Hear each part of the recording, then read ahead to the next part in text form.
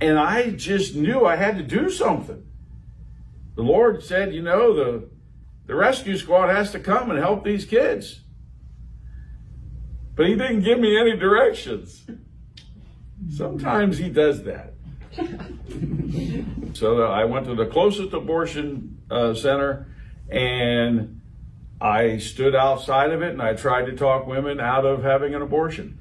How else do you stop them? I didn't know. I didn't know how else. She came in, and the car took off, and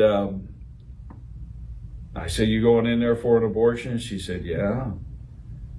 And I said, "You don't have to do this." And she said, yes, I do. And I said, no. I said, nobody can force you to do this. She said, "Mister, I got to do this." And I said, no. I said, I can help you. I said, "I know this sounds crazy. I'm a total stranger." I said, "But we'll take you into our home. My wife and I, we'll pay all your bills. We'll food, clothing, shelter, medical bills." I said, "We'll take care of everything. You can have your baby." I said, "I know that sounds crazy, but what you're going to do is you're going to go in there and your baby's going to be killed. And that's pretty crazy too." She said, "Mister, you just don't understand. I have to do this." She said, "My parents are the kind that beat you up. And if I come home pregnant, they're going to beat the hell out of me." I mean, the tears were just streaming down her face. And that's how she walked in there to have that abortion. There's nothing I could say or offer her to turn her around. I couldn't save anybody, so I got to thinking, I got to get to these girls before they get to the doorstep of the abortion center. Well, how can I do that? I thought, well, if I rent out a storefront and offer free pregnancy tests, which at that time were like 10 or 15 bucks. They're real cheap now. You give like $1 at Dollar Tree, but they were fairly expensive then. And so I thought, if I offer a free pregnancy test, a lot of these younger girls and women, they might come in for that free test.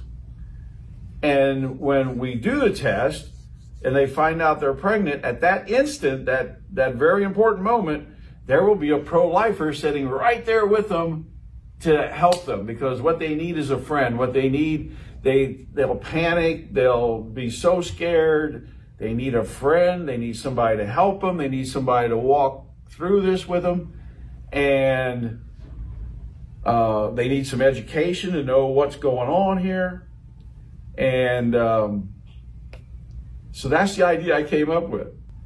One woman called and said, "I'm from Bellefontaine. I can't get there during your regular hours. Can I come another evening?" And we said, yeah. And my wife, Ann, went to take care of her. We just had volunteers taking care of everything.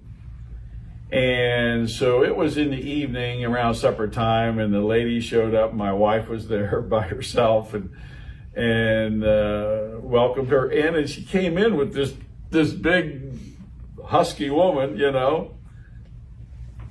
And that was her friend, she said.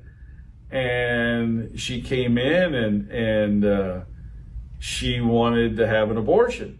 And had brought this big husky lady. She was a female wrestler. Because the woman was concerned that the abortionist might not be a very nice man, and she didn't want to be there by herself alone with the guy.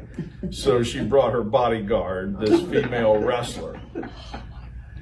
And Ann talked with her and talked with her. She was pregnant and talked with her, and I mean over an hour and a half, and just couldn't get her to change her mind, you know. But Ann is just so good and so sweet and so loving, and eventually she got the truth out of her. Why do you want to have this abortion? And you know what the answer was? I don't have any maternity clothes.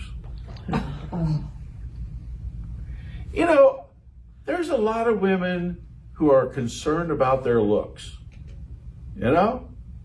And some are too concerned about their looks. But for a woman, that's a big deal, that she looks nice. And for her, it was a big deal. She didn't have any maternity clothes, and she didn't want to look bad. Ann says, you'll keep this baby if you have maternity clothes?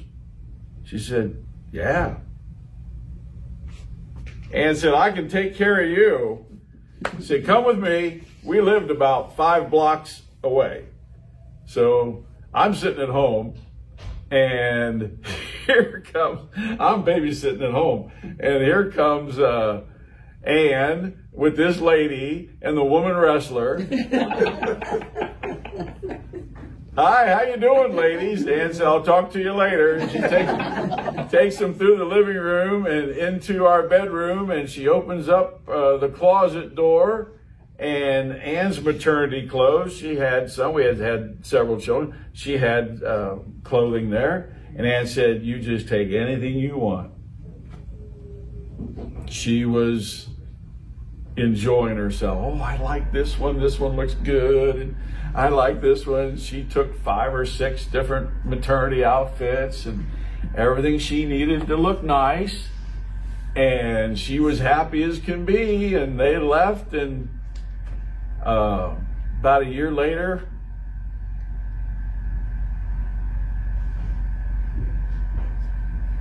we got a nice letter with a picture of a little boy that they named Joshua.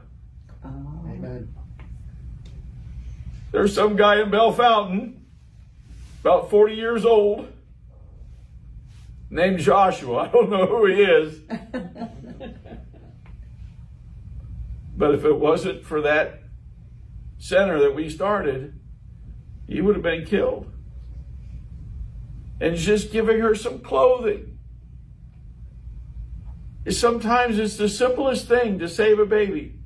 Oh, we've grown. We went from doing just pregnancy tests. Now we have ultrasounds. We have a baby boutique. We've got everything a baby could need, from diapers to strollers to clothing. We help women with anything they need help with. We have educational classes, all kinds of things.